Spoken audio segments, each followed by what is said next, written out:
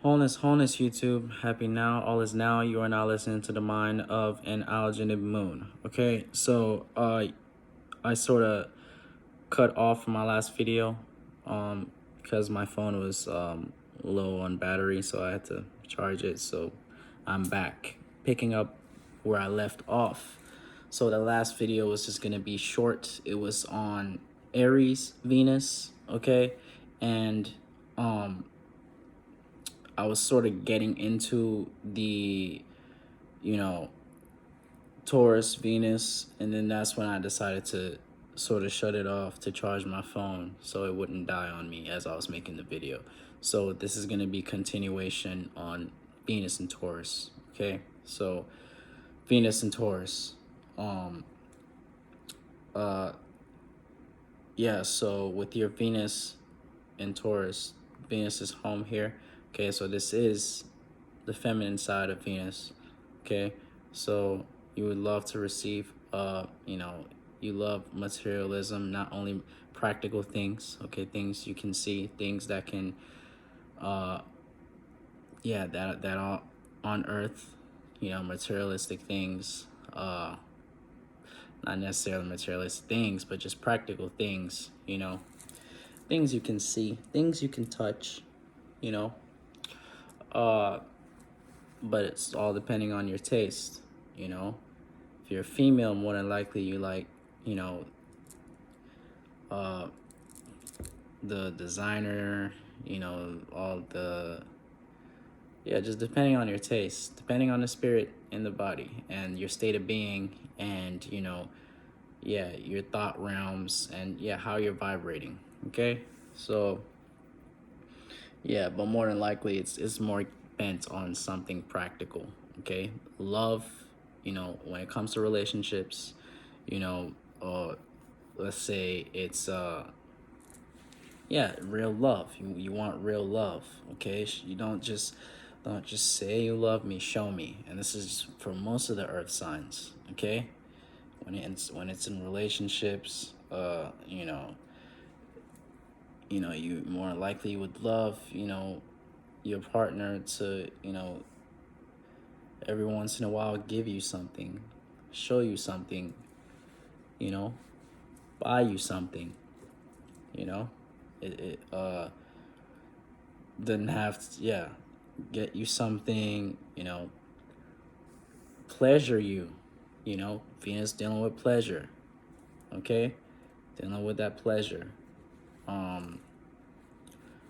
So so this is where it's home. So when it comes to love, with the Venus and this Venus here, in Taurus, this love is seen as, the original love. Okay, so people with Venus in Taurus know all about love and know exactly what love should be and what love should be like and what love should feel like, relationship wise. Okay, give me a second. Let me get some water, because Horus is currently transiting the 12th house. Okay, if you don't know what the 12th house is, we in the deepest sign of Pisces. So mutable water. Okay, so you're gonna have to be adaptable in my current now and have some feelings for me as I have some feelings for you.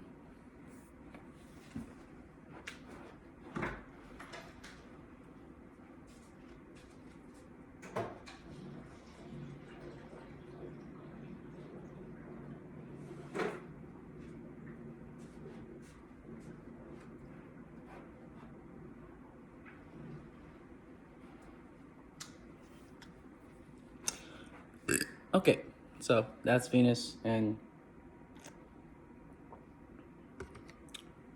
Taurus. Okay, straight cutthroat to the point. When we're looking at relationships, okay, you guys know what love should truly be like. You guys set the standards for love in relationships, okay? And nobody can tell you otherwise, because this is where it should be, okay?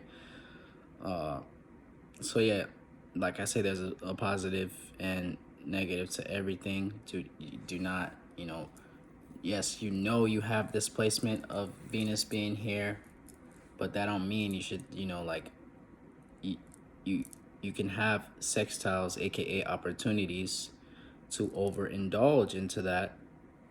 And just because you knowing that you have this energy to utilize, go into relationships, and let's say, yeah, just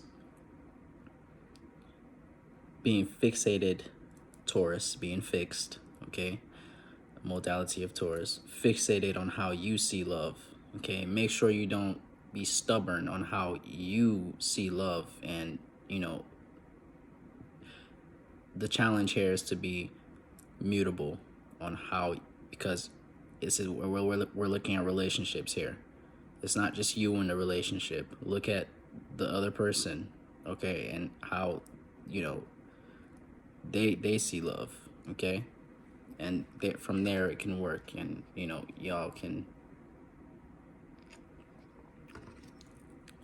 utilize your Venus lights. Okay, so next is Gemini. Okay, so now we're in Mercury, Venus, Mercury influence. Okay, so this is like the relationships. When looking at relationships, this is someone who's here and there. Let's look at let's look at the Aries. Okay, so let's sort of look at the Aries. Yes, the Aries has the emotional feelings to jump into relationships quick. Okay, and actually have feelings for the partner and their partner in the relationship. But with Gemini here, this is a left brain sign. This is not an emotional sign. Okay, so this is more logical sign. So these people in relationships, communication is very key. Communication is very key. Let's say if you are not an intellectual, if you are not someone who is able to hold a conversation, if you are not someone who if you're someone who they can't take, if you can't come with them to, let's say, be with people they're familiar with in their surroundings, if you can't come to their neighborhood, if you can't come, and be with people they're familiar with, they're not gonna fuck with you, straight up. They're just not gonna fuck with you with a Venus in Gemini, okay? If you can't communicate with them, if you can't hold a conversation with them, if you just if you're not stimulating their mind, okay, with stimulating their thought realm first, if you can't hold the mind, these more than likely, this is someone who is saphiosexual. Saphiosexual is someone who is, who has this understanding that sex happens, way before the bedroom, okay? Someone who has an understanding that sex happens way before the bedroom, okay? So if you can't stimulate their mind in any way, they're not gonna fuck with you. Venus in Gemini. Communication, communication, communication, okay? And that's really about it, and they're really these people, might even find it very tough to be in romantic relationships. Of course, you can have a lot of friendships. You can have a lot of friends, because it's not that tough for you to speak to a lot of people. When you speak and engage and relate to people, that's making friends and building relationships. But when it comes to, romantic relationship, that's another thing. Because a romantic relationship, I want to say, is more right brain, and a friend is more left brain. Because romantic relationship, you're more connected. It's more yin. It's more all internal. You know. You knowing that person's moon. You know, and friendships is more, knowing, you know, just communicating with, let's say, you get what I'm trying to say. You get what I'm trying to say. You know what I'm trying to say. But yeah. Oh, so basically, yeah, Venus and Gemini, it's not they're that's how I describe it. And that's just me communicating with the mysticism. That's my moon in the eighth house, If you're watching this video and you got a moon in the eighth house, you know exactly what I'm talking about. I can just literally just go make hand gestures and just be like, and you know what I'm talking about. That's communicating with the unknown, using my mysticism, okay?